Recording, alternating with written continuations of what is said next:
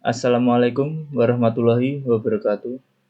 Baik, pada kesempatan kali ini saya akan mencoba untuk mempresentasikan hasil tugas dari mata kuliah Profesionalisme Keinsinyuran dengan judul Profesionalisme Keinsinyuran dalam Pengelolaan Proyek Konstruksi.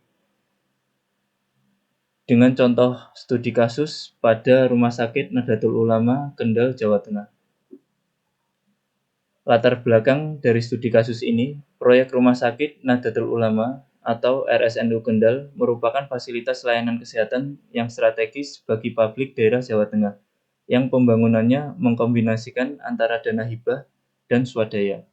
Meskipun bukan kegagalan struktural seperti bangunan roboh, proyek ini mengalami hambatan sistemik berupa isu keterlambatan dan transparansi dana hibah yang memicu asimetri informasi dan kegaduhan opini publik. Sempat viral dengan tuduhan mangkrak pada kurun waktu 2025-2026. Gambaran umum studi kasus ini, yang pertama adalah suntikan dana hibah. Proyek didukung oleh dana hibah Pemkab Kendal sebesar 8 miliar rupiah pada masa kepemimpinan Bupati Diko Ganinduto, guna mempercepat pemerataan akses kesehatan daerah. Yang kedua, kemitraan strategis. Mengalami jeda fisik yang memicu sorotan netizen per Juni 2026, progres fisik terverifikasi berkisar di angka 50-70% dengan target operasional yang baru. Yang ketiga, optimalisasi SEO. Tingginya ekspektasi masyarakat dan adanya kompetisi eksternal membuat tata kelola pengerjaan proyek ini diuji dalam kacamata etika dan regulasi keinsinyuran. Selanjutnya adalah analisis dari aspek perencanaan. Pertama, kegagalan rencana dalam komunikasi. Jeda pengerjaan secara teknis salah satunya untuk menunggu umur pengerasan beton.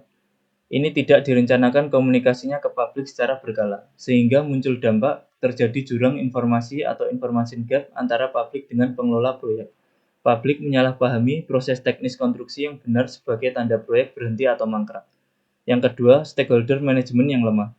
Perencana keinsinyuran seringkali hanya berfokus pada penjadwalan fisik, tanpa memperhitungkan rencana komunikasi dengan pemangku kepentingan seperti publik atau organisasi swadaya. Proyek dengan pendanaan gabungan seperti hibah daerah dan donasi umat menuntut transparansi informasi progres yang konstan dan transparan. Selanjutnya, analisis dari aspek pembangunan, strategi vendor terpisah dan resiko jalur kritis. Pembangunan RSNU Kendal dilakukan secara terpisah atau modular menggunakan subkontraktor spesialis demi menjaga kualitas presisi konstruksi.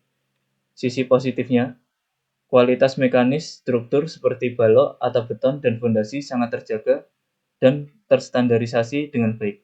Sisi negatifnya, ketergantungan tinggi antar tahap memperbesar resiko bottleneck jika terjadi penundaan serah terima satu subkontraktor. Keempat, pekerjaan konstruksi yang tidak berjalan bersamaan rentan memperpanjang jalur kritis atau critical path proyek secara keseluruhan. Selanjutnya, analisis dari aspek pengelolaan dan finansial. Sensitivitas arus kas atau cash flow. Proyek sangat bergantung pada kestabilan realisasi pencairan dana hibah daerah atau APBD. Tantangan manajemen finansial yang signifikan muncul ketika Pemkab Kendal mengalami pemotongan dana transfer keuangan daerah dari pusat sebesar 200 miliar. Hal ini memicu ketidakpastian anggaran daerah, yang berpotensi langsung menunda alokasi anggaran hibah untuk keberlanjutan konstruksi fisik Rumah Sakit Nahdlatul Ulama Kendal di lapangan. Selanjutnya adalah dampak umum yang terjadi. Pertama, skeptisisme sosial di media sosial. Kegaduhan opini mencederai citra akuntabilitas organisasi pengelola dan memunculkan kecurigaan miring mengenai penyelewengan dana. Kedua, gesekan antar organisasi masyarakat. Ketidakjelasan progres dan tudingan miring sempat memicu ketegangan opini antar kelompok keagamaan di daerah Kendal. Dampak ketiga adalah peningkatan biaya tidak langsung. Jeda konstruksi memperpanjang masa sewa alat, beban upah supervisi, serta memperbesar resiko eskalasi harga material. Dampak keempat, penundaan layanan kesehatan. Target operasional rumah sakit bergeser, menunda akses fasilitas medis baru bagi masyarakat yang membutuhkan perawatan darurat. Selanjutnya, solusi insinyur profesional dalam menghindari sebuah kegagalan. Yang pertama adalah transparansi dan manajemen komunikasi. Kegagalan sistem seringkali dipicu oleh miskomunikasi antara pemilik proyek dengan masyarakat. Solusinya adalah pembuatan jalur komunikasi formal yang transparan dan audit berkala oleh pihak ketiga untuk memastikan tidak ada konflik kepentingan. Yang kedua adalah penegakan sistem mutu di lapangan, yaitu dengan QE atau QC.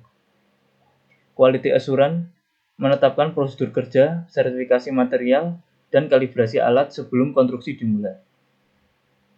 Dan untuk quality control, melakukan inspeksi berkala di setiap tahapan kritis jika umur beton belum mencukupi. Insinyur harus dengan tegas melarang pembongkaran, begisting, atau penambahan beban di atasnya. Yang ketiga adalah rekayasa berbasis resiko atau risk-based engineering. Insinyur tidak boleh hanya merancang berdasarkan kondisi normal. Desain harus memperhitungkan skenario terburuk atau worst case skenario dengan melakukan penerapan faktor of safety dan analisis geoteknis dan lingkungan yang mendalam. Baik, selanjutnya adalah solusi pencegahan sistematis yang dapat dilakukan oleh seorang insinyur profesional. Yang pertama, yaitu plan.